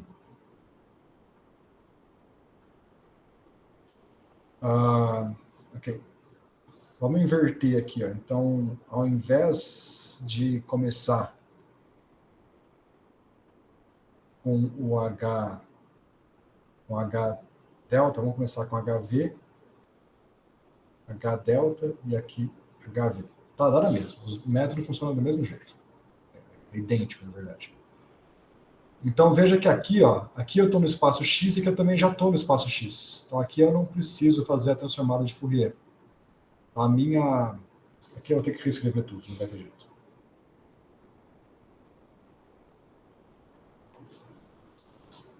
Então, veja, aqui eu tenho o HV, que já é espaço X. Então, a brincadeira vai ficar menos I, HV, T sobre 2. Agora, este cara eu preciso levar para o espaço K.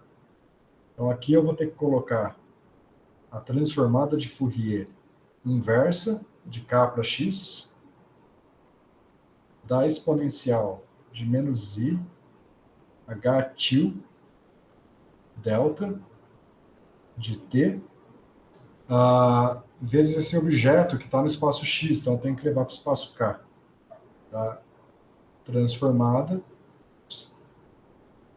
da exponencial de menos I, HV, T sobre 2, psi0 de X. E aí fica só 2. Tá? Perdão, foi uma bobeira minha. Compliquei à toa porque eu esqueci desse detalhe. Sacaram? Eu estou em X, multiplico, esse cara está em X também, então não tem que fazer nada. Agora, para atuar no espaço K, eu tenho que primeiro transformar de X para K. Agora, aqui eu estou em K, atuo no espaço K e volto para X. Estou em X de novo aqui, fechou, já estou em X aqui também. Vou dar uma bela de uma simplificada, né? Sacou? Entendi. Obrigado. Então é o que está aqui, ó. Então esse meu P, deixa eu colocar lá do lado. Esse meu P é como se fosse o psi0, multiplico pelo UX, que é essa exponencial aqui, e tomo uma transformada. Então, este P depois da transformada é como se fosse essa transformada inteira aqui. Né? Aí eu multiplico pelo UK. Então, aqui P vezes UK, e tomo a inversa, o IFFT. E depois aí eu tenho um novo P, que é essa inversa toda aqui. Aí eu multiplico por UX de novo, e o que eu tenho no final é o meu psi de X e T. Tá? Então é isso. Deixa eu rodar aqui do começo, que eu não sei se eu rodei. Tenho rodado. E aqui eu vou fazer o cálculo, né? Então eu defino o meu vetor psi de t, né? Como sendo uma matriz que vai armazenar os resultados. E aí eu faço a propagação, só que eu faço em intervalos de tempo delta t, né? Então eu faço um loop nos instantes de tempo e levo sempre de 0 para delta t para 2 delta t, e assim por diante. Então cada split step, ele na verdade dá um salto delta t, e eu calculo o próximo psi do próximo ΔT. Então eu faço esse loop aqui, vocês vão ver que é rápido, ó, já rodou, né, instantâneo, e aqui o gráfico dessa evolução. Eu não fiz a animação, tá? Fiz só o gráfico IM Show. Então aqui é o tempo, aqui é a posição, aqui em 0, essa marca branca é onde está a barreira, essa linha branca é a que determina a velocidade inicial do pacote, a velocidade clássica do pacote. Então vocês veem que o pacote ele veio, alargou um pouquinho, porque o pacote ele vai difundindo, né? Aí ele colide com a barreira e reflete. Depois que ele reflete, ele sai e volta por cima, porque eu estou fazendo transformada de Fourier, então as coisas são periódicas, né? Então ele veio, refletiu e voltou por cima. Se eu rodar para um tempo maior, rodar para 400 dados de tempo, vocês veem que ele vem, reflete, volta por aqui, reflete de novo, e aqui reflete aqui. Então esse é o split step. É um método muito, muito, muito eficiente. Aqui a minha barreira está alta, né? Não lembro qual é o valor do V0 que eu usei da intensidade. Eu pus 2. Vamos pôr um V0 menor, uma intensidade menor para o potencial, aí a gente deve ver o tunelamento. Aí. Com uma intensidade menor, o pacote veio, ele colidiu com a barreira, uma porcentagem dele refletiu e uma porcentagem tunelou. E aí depois, por causa das condições periódicas, né, esse pedaço que passou aqui continua aqui, e esse que tunelou volta por baixo aqui. Aí começa a ficar uma bagunça aqui na frente. Para evitar essa bagunça, eu teria que fazer um sistema maior, né? Então, tipicamente, a gente para aqui a evolução aqui nos 100 unidades de tempo para evitar esse efeito da condição de controle. Certo? Esse é o gráfico mais relevante. Eu poderia fazer a animação desse cara aqui, acabei não fazendo, não deu tempo, mas a animação mostraria o pacote batendo uma barreira e voltando, ou uma porcentagem dele refletindo. Se fizer isso aqui em 2 dimensões, dá para fazer o gráfico, dá para fazer a animação da dupla fenda, por exemplo. O pacote vem, interage com a dupla fenda e você vê os picos de difração aparecendo com o tempo. Tá? Tudo bem? Sacaram como é que é o método? Sim, deu para entender. Bem legal mesmo. Ok. Bom, o outro método que eu queria mostrar para vocês é o método de Chebyshev. Ele está implementado aqui embaixo. Ele é um pouco mais... Esquece esse gráfico. Não vou explicar agora. Também nem vou explicar o método agora. Mas é um método um pouquinho diferente, em que ele é baseado numa expansão em polinômios de Chebyshev, e aparece aqui umas funções de Bessel nessa expansão. Tá? Não vou dar detalhes, só mostrar para vocês a figura, que é a mesma, funciona do mesmo jeito. Tá? O mesmo caso, eu tenho o mesmo caso para testar, e dá basicamente o mesmo resultado. A gente tem pouco tempo aqui na aula, eu queria só falar um pouquinho do método de Chebyshev, para vocês terem uma ideia de como é que ele funciona. Eu deixei preparado aqui, mas ele é... Bom, vamos lá. Me dá aí 5, 10 minutinhos que eu passo pelo menos pela essência dele. Acho que é interessante vocês conhecerem. Bastante coisa, tá? Então, os polinômios de Chebyshev, a gente vai trabalhar com os polinômios do primeiro tipo, tá? Que são esses daqui. Então, é o polinômio Tn de cosseno θ, ele é o cosseno de n θ. Isso aqui é um polinômio, se você aplicar aqui essa regrinha, né? O cosseno para n igual a 2, por exemplo, o cosseno de 2θ é 2 cosseno ao quadrado menos 1. Aí fica com cara de polinômio. Uma maneira mais explícita de escrever é que o T2 de x, por exemplo, é 2x² menos 1. Então são os polinômios engraçadinhos, tá? Com algumas propriedades. Vamos passar reto de alguma coisa. Essa aqui é a equação diferencial que define os polinômios, né? Eles aparecem em interpolação de funções e aparecem no método de integração de Clenshaw-Curtis, que a gente viu na aula passada também, né? E a sacada desse método para a evolução temporal é que você pode definir os polinômios de Chebyshev por essa relação de recorrência. Então, o polinômio T0 é simplesmente a identidade, o T1 é x, e aí o Tn mais 1 é 2xTn menos Tn menos 1. E aí você tem uma relação de recorrência para calcular qualquer Tn.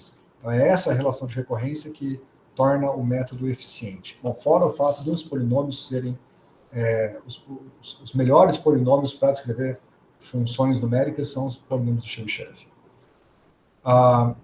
Algumas propriedades, vou pular essas propriedades, tudo isso aqui está na Wikipedia, tá? Eu preparei essa aula com base na Wikipedia. Você tem aqui a ortogonalidade dos polinômios de Chebyshev. Isso aqui é importante de mostrar que a ortogonalidade está definida no domínio de menos 1 a 1. Não no domínio de menos infinito a mais infinito, como polinômios, como a série de Taylor, a série de Fourier, por exemplo. Né? E segue esta regra aqui, a integral do Tn com Tm, com esta norma que aparece aqui, ela dá zero se os polinômios forem diferentes, e se eles forem iguais, dá π ou π sobre 2. O π acontece quando os índices são zero. Para qualquer outro índice, dá π sobre 2. Ou zero se os índices forem diferentes. Então, percebam que o domínio dele vai de menos 1 a 1. Tá? Ok. E aí eu posso, então se eu quiser definir os polinômios como uma base para uma expansão de uma função, eu posso fazer isso. A única coisa é que eu tenho que restringir esse domínio ao domínio x de 0 a 1. Então, seja lá qual é o domínio que eu quero trabalhar no meu método, eu tenho que reescalar esse domínio para trabalhar no domínio de menos 1 a 1, sempre, por conta daquela propriedade da ortogonalidade. Tá? Agora, como que isso funciona no contexto da evolução temporal? Vamos lá. Então, eu vou pegar a equação de Schrödinger, que a gente estava discutindo antes. Aqui eu não coloquei h barra igual a 1, então vai ficar aparecendo h barra em vários lugares. Então, é a equação de Schrödinger, né, dependente do tempo. A solução formal que a gente acabou de ver é a exponencial do operador hamiltoniano. E o lance é que, igual eu falei, né, eu posso pegar esse cara aqui e fazer uma expansão em série de Taylor. Da definição da exponencial de um operador é a série de Taylor dele, que está aqui. Mas a série de Taylor é uma escolha ruim. É muito melhor você expandir em polinômios de Chebyshev, em vez de polinômios de Taylor, se você quiser.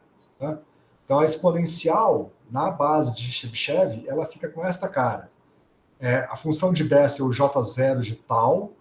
O tal aqui é basicamente o tempo, só que renormalizado para que o domínio fique de menos 1 a 1. Já eu falo dessa renormalização.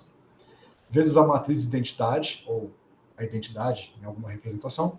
E aqui fica 2 vezes a somatória de 1 até infinito, menos i elevado a n, a função de Bessel n calculada em tal, de novo, é basicamente o tempo, vezes o polinômio de Chebyshev Tn calculado na matriz H. H barra, a matriz H com a barra em cima é a matriz H normalizada também, tá? Essa norma que eu estou falando. Então veja que eu tenho que calcular, assim como eu tinha que calcular a exponencial de um operador, eu tenho que calcular aqui o polinômio de um operador. Então troquei um problema por outro, né? Mas esse cara é mais fácil, que a gente vai ver. Então aqui a identidade, o Jn é a função de Bessel. A função de Bessel ela é fundamental para o critério de convergência, já eu falo disso. E aqui as normalizações. Então, o tal, que aparece no lugar do tempo, ele é basicamente a norma de H vezes o tempo. Bom, se o H barra for 1, não aparece aqui. Então, é basicamente a norma de H vezes o tempo. E o H barra é o H normalizado. Aí eu tenho uma questão de como que eu escolho a norma do H. Eu quero escolher a norma de H de tal forma que os autovalores do H barra que está aqui, esses autovalores têm que estar entre menos 1 e 1. Então, né, tem que escolher tem que escolher essa norma de tal forma que os autovalores ficam entre menos 1 e 1. Então, tem que ter alguma forma de calcular ou de estimar o menor e o maior autovalor para poder reescalar isso daqui. Já eu volto nesse ponto. Isso é importante para que as coisas fiquem no domínio adequado de Chebyshev. Mas veja, isso daqui é a expansão do meu operador de evolução temporal. Se eu pegar esse cara e atuar na função de onda, a brincadeira fica assim. A função de onda no instante de tempo t, aqui tinha a identidade, né? Aqui era a identidade. A identidade atuando na função de onda vai dar a própria função de onda, né? No instante de tempo 0. E aqui eu tenho basicamente uma repetição do que estava lá em cima, e aqui eu tenho agora essa brincadeira, que é o polinômio de Chebyshev do operador H apertado, atuando na função de onda psi de 0. Agora, este cara aqui é o que eu posso aproveitar a relação de recorrência para calcular. Porque o T0 é a identidade, o T1 é o H, é o próprio H, e o Tn sai da relação de recorrência.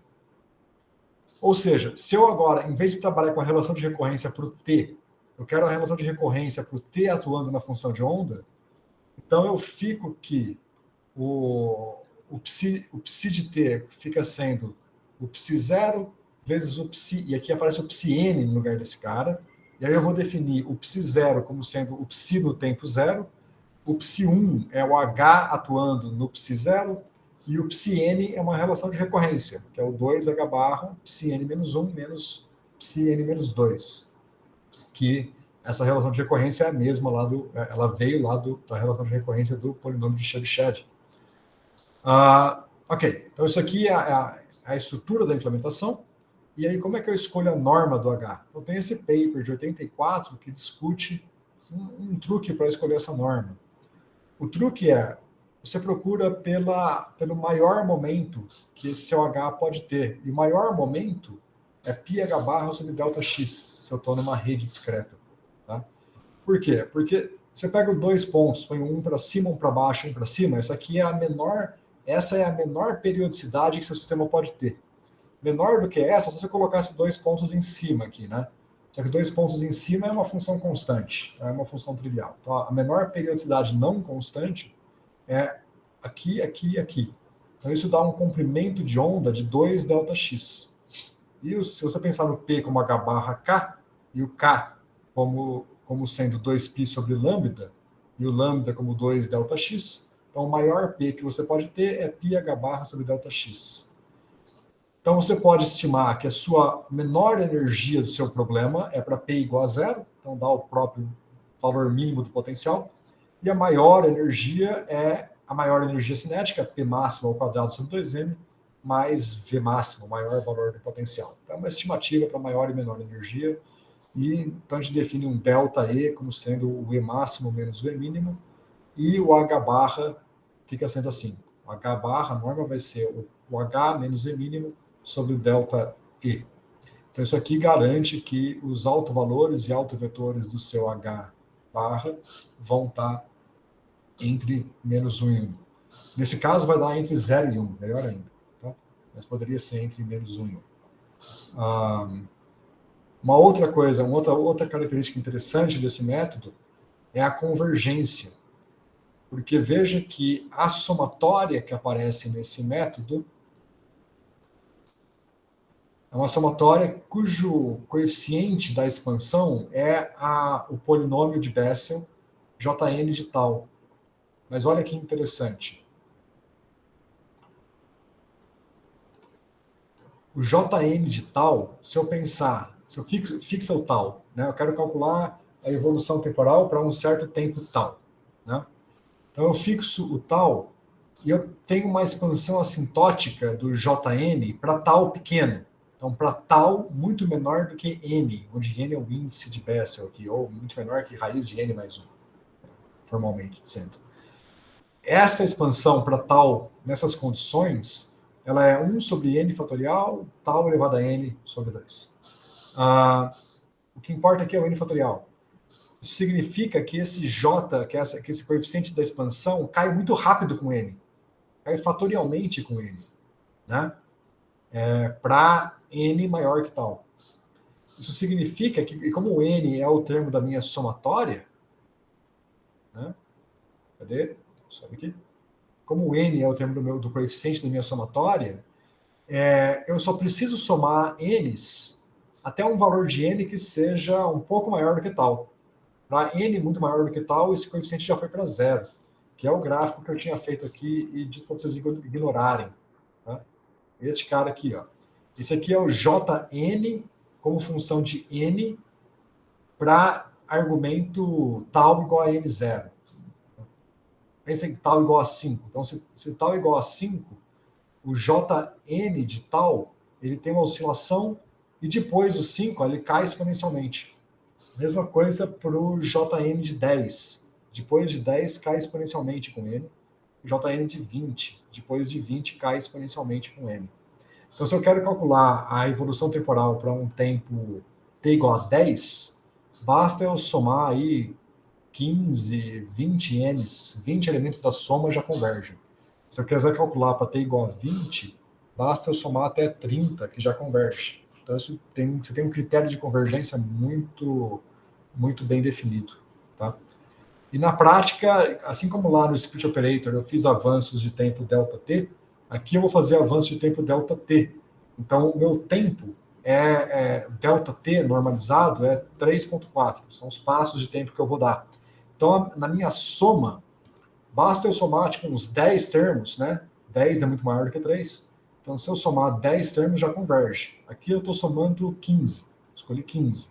Então, com 15 termos já estava convergido. Na verdade, com 10 já estava. Eu pus 15 só para verificar. Tá? Mas com 10 já tinha convergido e já dado o resultado correto. Se eu somar menos, deixa eu rodar aqui para vocês verem.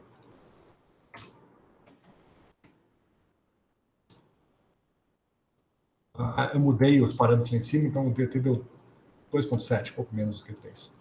Então, se eu somar para 15, aqui, se eu somar menos, sei lá, vou somar, como o tempo é 3, se eu somar 4 não é muito maior do que 3, então não deve estar convergido ainda.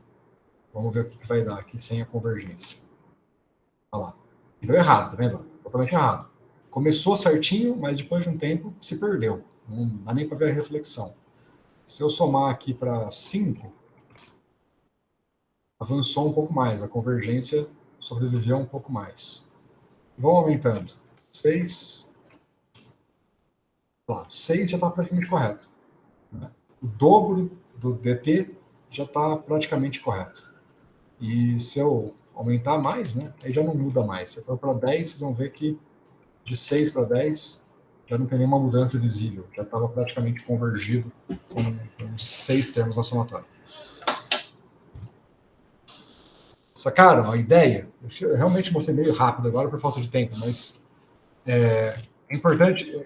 Aqui foge um pouco do nosso curso, o pronome de Chebyshev é um pouco mais avançado do que eu costumo dar nesse curso, mas é um tópico fundamental. Muita gente usa o Split Operator, mas o Chebyshev, na prática, ele é muito mais eficiente que o Split Operator. Ok? Beleza, professor. Bom, gente, por hoje é só. Então eu vou passar uma lista para vocês fazerem a evolução temporal pelos autovetores e talvez pelo Split Operator, se vocês quiserem tentar. Chebyshev só tem uma ilustração para vocês verem como é que é, mas não vou pedir na lista não, tá?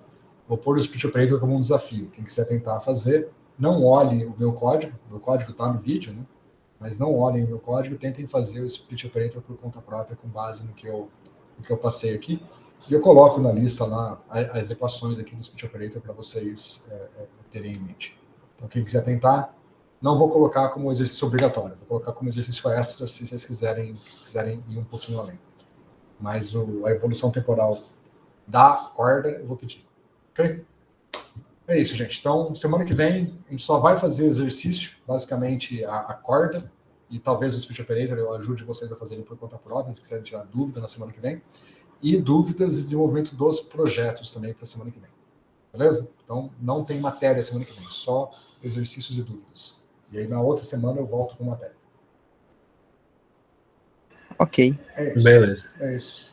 Bom, gente, é isso. Até a semana que vem. Até. Até quarta. Boa Até. noite. Tchau.